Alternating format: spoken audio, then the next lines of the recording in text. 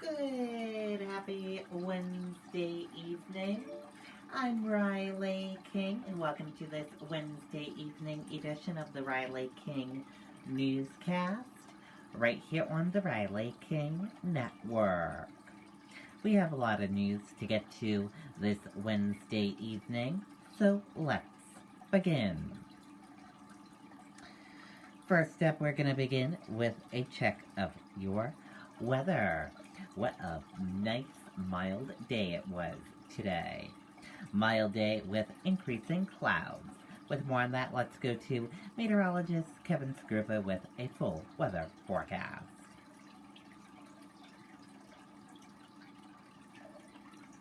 Front approaching from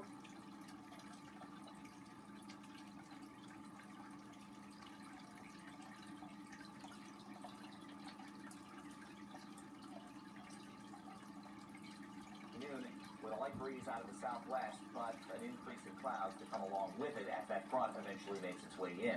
A passing mixed shower or two for the southern half of the state later on tonight. While up north, it could be an inch or two of snow for the White Mountains up through the Great North Woods through early tomorrow morning. Temperatures will drop back into the 30s overnight, and our highs will probably be late morning on Thursday before a brisk wind picks up and starts to drive temperatures backward through the afternoon, still bringing out a little bit of light snow and snow showers for the mountains Thursday afternoon. Good deal of sunshine around Friday after starting off in the teens. Temperatures in the afternoon will be between 25 and 35 on your Friday afternoon with at least a much lighter wind. And then we get into Saturday after an increase in clouds Friday night, maybe just cold enough for a little bit of wet snow, but this one with marginal temperatures looks like it'll be over to a mix or rain depending on where you happen to be Saturday afternoon and Saturday night. Sunday right now looking like the more reliable of the 2 days over the weekend with partial sunshine. And behind that system Saturday, another warming trend as we'll be in the 40s again Sunday afternoon. Okay, and there you go on that weather forecast from meteorologist Kevin Scriba. Thank you for that weather forecast, Kevin Scriba.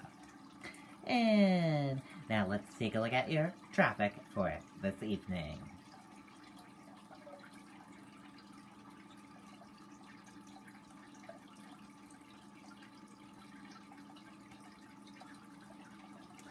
And here's a check of the traffic this evening. As you can see, in Henniker, you're seeing smooth sailing. Hopkinton, smooth sailing. Bow, Pembroke, and Concord, all smooth sailing. Boscawen, Canterbury, all smooth sailing. Chichester, smooth sailing with some medium-paced traffic. Epsom, smooth sailing with some medium-paced traffic. Northwood, smooth sailing with some medium-paced traffic. And Lee, smooth sailing with some medium-paced traffic. Durham, you're seeing smooth sailing with a little bit of medium-paced traffic. Rochester, smooth sailing. Somersworth, smooth sailing. And Dover, smooth sailing with some medium and slow-paced traffic. Newington, smooth sailing. And Portsmouth, smooth sailing with some medium-paced traffic. Portsmouth into Maine, smooth sailing with some medium and slow-paced traffic.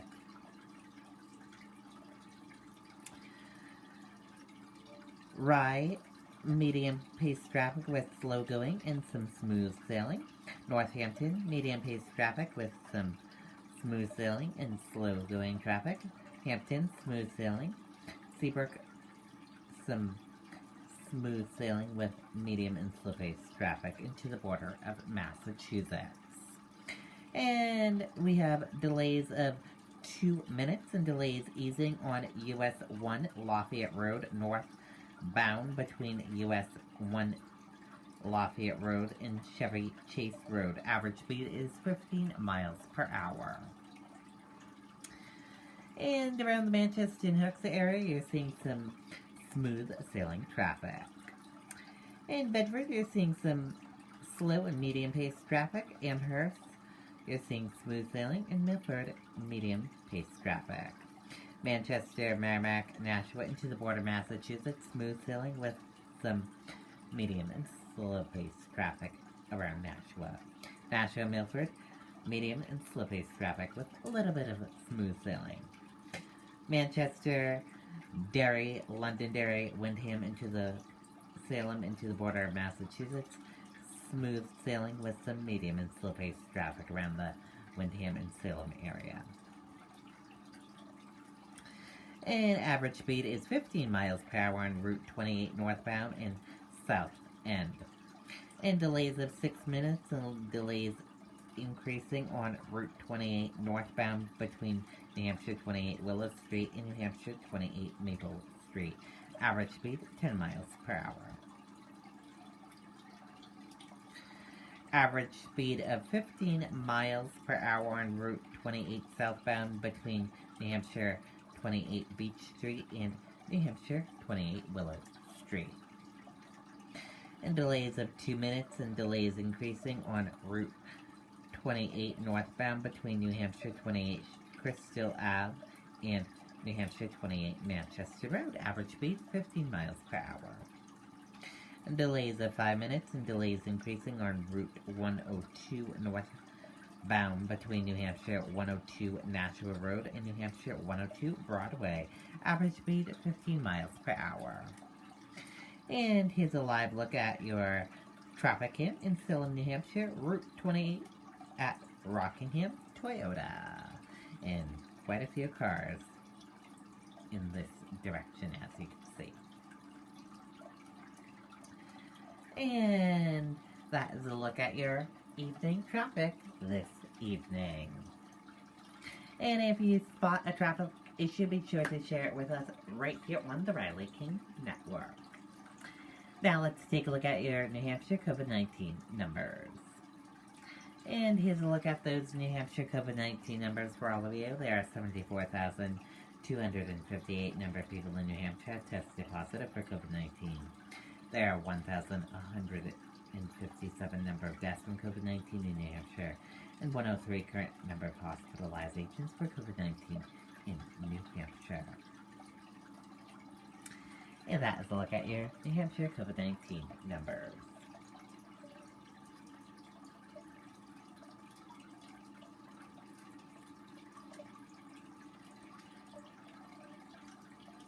Injuries reported at fire at Webster home. Patients taken to Concord Hospital. Injuries were reported Wednesday after a fire at a home in Webster. Webster firefighters were called to the home on Deer Meadow Road just before 3:30 p.m. Officials said several people had to be rescued from the home. 4 ambulances were requested and patients were being taken to Concord Hospital, officials said. 2 medical helicopters were en route to the hospital to transport patients to other facilities. Officials have not released the number of people who were injured and the exact of their time. There is no word on the cause of the fire.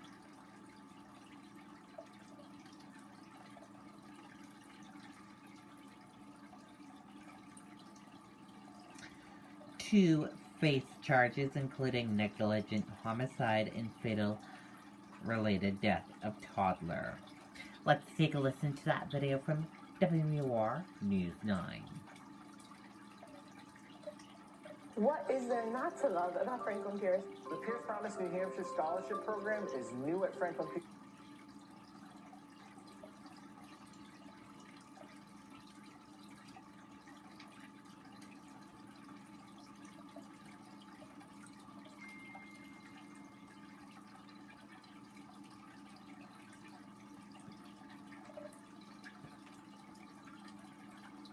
The suspects in this case face a host of charges that include negligent homicide and manslaughter in the death of a 1-year-old girl.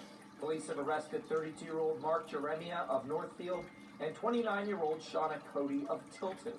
Their relationship to the child has not been released. The investigation started on November 16th of last year, when Londonderry police were called to a truck stop for a report of an unresponsive child. The youngster was taken to a local hospital where she was pronounced dead.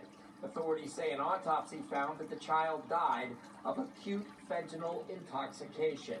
The suspects are being held on $10,000 bail, and they are expected to appear in court this afternoon. Reporting live, Mandy Hirschberger, WMUR News 9. Okay, and there you go on that video and that report.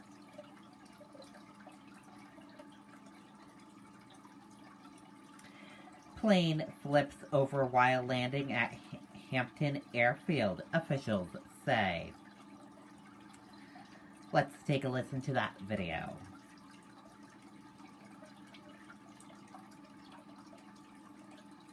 The National Fire Protection Association says you should get your chimney inspected and cleaned every year. Caesar Chimney is a veteran-owned business that serves southern New Hampshire. We provide first-class service at a fair price, and our goal is to provide you and your family with peace of mind. We're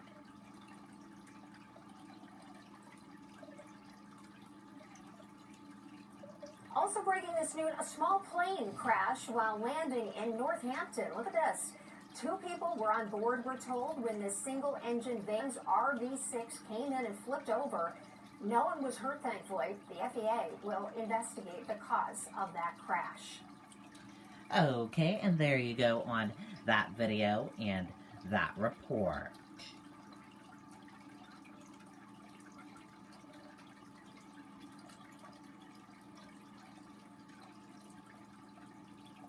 More than 400 attend Mass Concord vaccination clinic in North Haverhill. Let's take a listen to that video from WMUR News 9, Ray Brewer.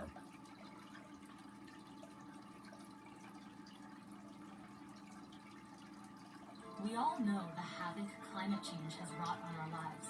That's Frustrations with the VAM's website have been well documented, and according to the director of the senior center, some of the seniors in her area had grown so frustrated they were on the point of giving up.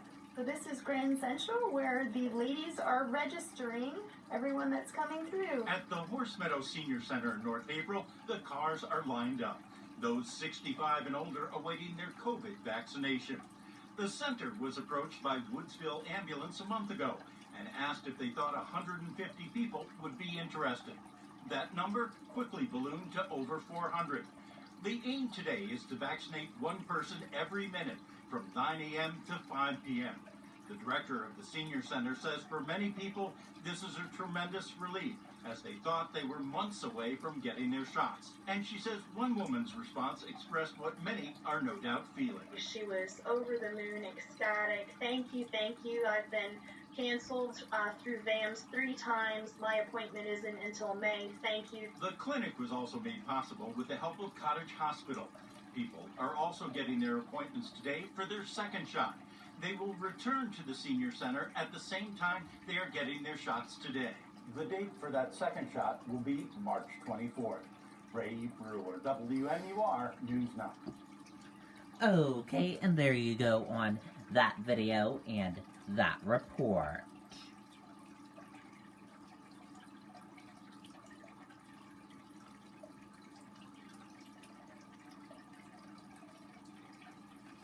Carnival. Disney canceled cruises through May. Let's take a listen to that video from WESH News 2 in Orlando.